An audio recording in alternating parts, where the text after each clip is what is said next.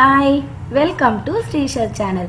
இன்னைக்கு நம்ம தக்காளி தொக்கு எப்படி பண்ணுறதுங்கிறத தான் பார்க்க போகிறோம். இந்த வீடியோ உங்களுக்கு பிடிச்சிருந்தா லைக் பண்ணுங்கள், ஷேர் பண்ணுங்கள், சப்ஸ்கிரைப் பண்ணுங்கள். மறக்காமல் பக்கத்தில் இருக்கிற பெல் ஐக்கானையும் ப்ரெஸ் பண்ணுங்கள். வாங்க இப்போ நம்ம தக்காளி தொக்கு எப்படி பண்ணுறதுங்கிறத பார்க்கலாம். நான் ஸ்டவ்வில் கடாய் எடுத்து வச்சுருக்கேன். அதில் 3 டேபிள் ஸ்பூன் நல்லெண்ணெய் ஆட் பண்ணியிருக்கேன். நல்லெண்ணெய் சேர்க்கும்போது நல்லா வாசமாக இருக்கும், தக்காளி தொக்கு சூப்பராக இருக்கும். அதனால் நான் நல்லெண்ணெய் ஆட் பண்ணியிருக்கேன். எண்ணெய் சூடானதும் கடுகு போடுறேன். அந்த டீஸ்பூனில் 1 டீஸ்பூன் போட்டிருக்கேன். கடுகு பொரிய ஆரம்பிச்சிருச்சு. இப்போ நம்ம 1/2 டீஸ்பூன் உளுந்து சேர்த்துக்கலாம். வெங்காயம் 2 வெங்காயம் பொடிசாக கட் பண்ணி வச்சுருக்கேன். அதையும் நான் அதில் சேர்த்துக்கிறேன். கடுகும் பொரிஞ்சு உளுந்தும் சிகப்பாக மாறிடுச்சு. நம்ம நல்லா வெங்காயத்தை வதக்கிப்போம். வெங்காயம் சீக்கிரம் வதங்கிறதுக்கு நான் கொஞ்சம் உப்பு சேர்த்துக்கிறேன். உப்பு நீங்கள் வேணும்னா சேர்த்துக்கலாம். ஏன்னா திரும்ப நம்ம டிஷ்ஷுக்கு தேவையான உப்பு சேர்க்கும்போது பார்த்து சேர்க்கணும். நான் கொஞ்சம் உப்பு சேர்த்துருக்கேன். இப்போது சால்ட் கொஞ்சம் ஆட் பண்ணி நான் நல்லா வதக்கிக்கிறேன். அப்போ தான் சீக்கிரம் டிரான்ஸ்பரண்ட் ஆகும். 1 பச்சை மிளகாயை கீறி போட்டிருக்கேன். பச்சை மிளகாய் டேஸ்ட் பிடிக்கிறவங்க இன்னொன்று கூட போட்டுக்கலாம். குழந்தைங்களுக்கு கொடுக்கறதுக்காக நான் 1 போட்டிருக்கேன். 8 தக்காளி பழமாக பார்த்து கட் பண்ணியிருக்கேன். பொடியாக கட் பண்ணி அதையும் இப்போ உள்ளே போட்டுக்கிறேன். நல்லா வதக்கிக்கணும். தக்காளி அந்த ஜூஸ் நல்லா பிரிஞ்சு வர அளவுக்கு நல்லா வதக்கணும்.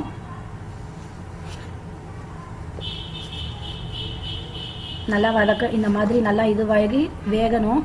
வெந்ததுக்கப்புறம் பார்த்திங்கன்னா நம்ம அப்போ தான் மேஷ் பண்ண முடியும். இல்லைன்னா அது முழுசாக இருந்ததுன்னா நமக்கு அந்த கிரேவி வேறு கிடைக்காது. இப்போ நம்ம இந்த டிஷ்ஷுக்கு தேவையான சால்ட் இதில் ஆட் பண்ணிக்கலாம்.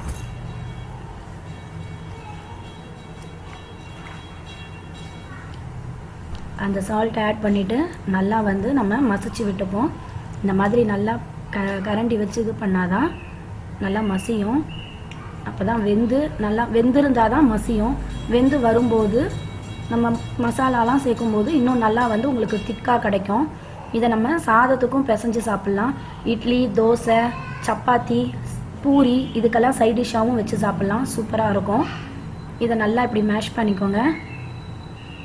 இந்த மாதிரி மேஷ் பண்ணிவிட்டு இதுக்கு நல்லா மேஷ் ஆனதுக்கப்புறம் தான் நம்ம மசாலா சேர்க்க முடியும். அதுக்கு முன்னாடி நம்ம மசாலா சேர்த்தோன்னா அந்தளவுக்கு மேஷ் ஆகாது. அதுக்குள்ளேயே வெந்து முடிஞ்சிரும் அது. இப்போ இந்த ஸ்டேஜில் நல்லா மசிஞ்சிருச்சு பாருங்கள். தக்காளி முழுசாக இல்லை. இந்த ஸ்பூனில் நான் 1.5 ஸ்பூன் மிளகாத்தூள், தனி மிளகாத்தூள் சேர்த்துருக்கேன். 1/4 ஸ்பூன் தனியாத்தூள் சேர்த்துருக்கேன்.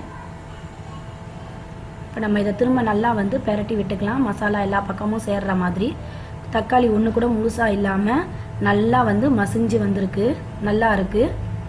உங்களுக்கு அந்த மிளகாத்தூள் வாசனை நல்லா போகணுன்னு நினச்சிங்கன்னா நான் 1 டம்ளர் தண்ணி சேர்த்துருக்கேன்.